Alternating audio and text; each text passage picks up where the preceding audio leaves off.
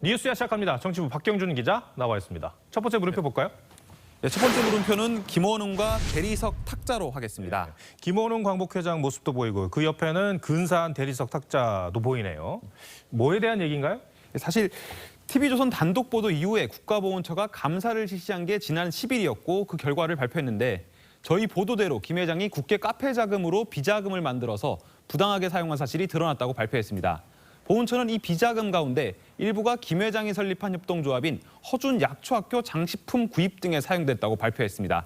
여기서 말하는 약초학교 장식품엔 앞서 사진으로 보셨던 바로 그 대리석 탁자가 포함되는 겁니다. 그런데 김 회장은 감사 결과가 나왔는데도 심각한 명예훼손이라고 반발하고 있잖아요. 예, 그렇습니다. 비자금은 제보자인 광복회 전직 간부 A씨의 개인 비리고 비자금으로 여기저기 사용한 것도 모두 A씨의 과잉 충성이었다는 겁니다. 김 회장이 이런 태도를 고수하자 A씨가 새로운 증거를 제시했습니다. 김 회장의 수행비서와 A씨가 주고받은 문자입니다. 네. 지금 화면에도 나가고 있습니다만 인재 카페, 대리석 테이블이란 글자가 보이고요. 업체 전화번호와 앞서 봤던 것과 비슷한 대리석 탁자도 있네요. 예, 맞습니다. 김 회장이 수행비서를 통해서 문자 메시지를 보내 탁자 종류까지 콕 집어서 사오라고 지시를 했다는 게 A씨의 주장입니다. 탁자 가격은 220만 원 정도였다고 합니다. 이 주장대로라면은 당초 시키지도 않았던 일을 과잉 충성했다라는 김원웅 회장의 말은 거짓말이 되는 거 아닙니까? 네, 사실 A씨는 감사 결과를 봐도 제가 이익을 봤다는 건 하나도 없는데 왜 자꾸 개인 비리로 뭐냐며 분노했습니다. 그리고 A씨의 추가 제보는 또 있었습니다. 무슨 내용입니까? 예, 좀 알려지지 않은 내용인데 네. 2년 전 국정감사에서 지적된 내용이 있습니다. 독립유공자 후손들은 보훈처로부터 지원금 등의 혜택을 받는데 김원웅 회장이 측근을 독립유공자의 양자로 입적시키려 했다는 의혹이 제기됐었습니다. 그 과정에서 제출된 문서인데요. 한번 보시면 여기저기 수정하고 고치는 적이 있네요. 예, 당시 야당 의원은 김원웅 회장이 직접 고쳐준 문서라면서 김 회장의 개입 증거라고 주장했었습니다. 네. 저기요 여러 가지 저 글씨들이 보이죠? 이 공문서 수정해 준 거 보여요 안 보여요? 이게 누구 글씨예요? 같이 상의해서 한 거로 알고 그러면 저 글이 김원웅 씨가 아니고? 광복회장이 아니고 그런 거로 기억이 됩니다. 김 회장 글씨가 아니라고 얘기를 하네요. 예, 그런데 그렇게 증언했던 측근은 반년 뒤에 제보자 A씨를 만나선 전혀 다른 사실을 털어놨습니다.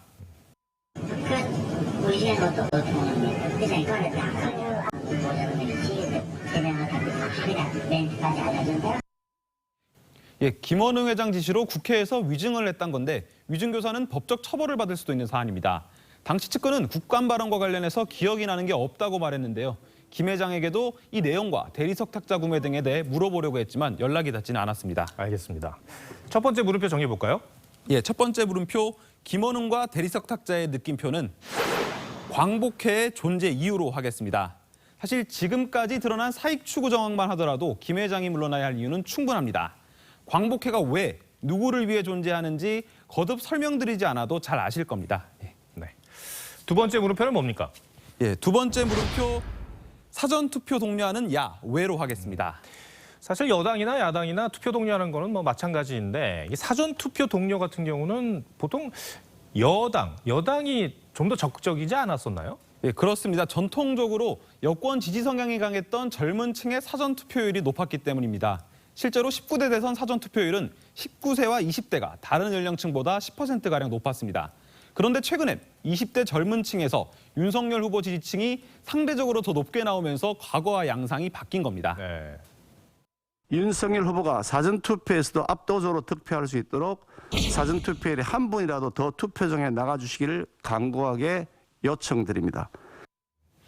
야당도 적극적으로 사전 투표를 독려하는 이유네요. 예, 근데 이유는 또 있습니다. 바로 코로나 확산세 때문인데요. 선거 당일 투표가 1시간 반 연장되긴 했지만 코로나에 확진될 경우엔 자칫 투표권을 행사하지 못할 가능성이 있습니다. 그러니 미리미리 사전투표에 참여해달라는 겁니다. 그런데 코로나 여파는 여야 지지층 모두에게 해당되는 사안이잖아요. 예, 맞습니다. 그런데 최근 여론조사를 보면 반드시 투표하겠다고 밝힌 응답자의 비중이 20대와 70세 이상에서 가장 낮았습니다. 20대와 70세에서 가장 낮았습니까? 예. 근데 국민의힘 지지세가 상대적으로 높은 세대하고 겹치네요. 네, 그렇습니다. 그게 고민인데 하지만 야권 지지층 사이에선 사전투표를 믿지 못하겠다는 시선이 있다는 게 국민의힘의 고민입니다. 일부 극우 유튜버들을 중심으로 사전투표를 하면 조작될 수 있다는 근거 없는 부정선거론이 나오고 있기 때문입니다. 음모론이라고 얘기를 했는데 그런 주장에 근거가 있습니까? 사실 일부 지역의 민주당 후보자들의 사전투표 득표율이 똑같다. 개표 과정에서 투표용지를 바꿔치기 했다는 등 사전투표를 둘러싼 수많은 의혹들이 나왔지만 현재까지 선관위의 조사와 수사, 법원의 판결 등에서 사실로 밝혀진 것은 하나도 없습니다. 네. 더욱이 이런 우려조차 불식시키기 위해서 국민의힘 주도로 사전투표용지 보관소에 CCTV를 설치하도록 선거법도 개정했습니다. 네. 두 번째 물음표도 정리해 볼까요? 예, 사전투표 독려하는 야 외의 느낌표는 대한민국의 수준으로 하겠습니다. 네. 흔히들 민주주의의 꽃을 선거라고 하는데요. 그렇다면 선거를 관리하는 수준은 곧 그 나라의 민주주의 수준일 겁니다. 우리 민주주의가 선거 조작이 마구잡이로 이루어질 만큼의 수준인지 그 정도로 허술하진 않을 거라고 생각합니다. 네, 알겠습니다. 박경준 기자 오늘 설명 잘 들었습니다.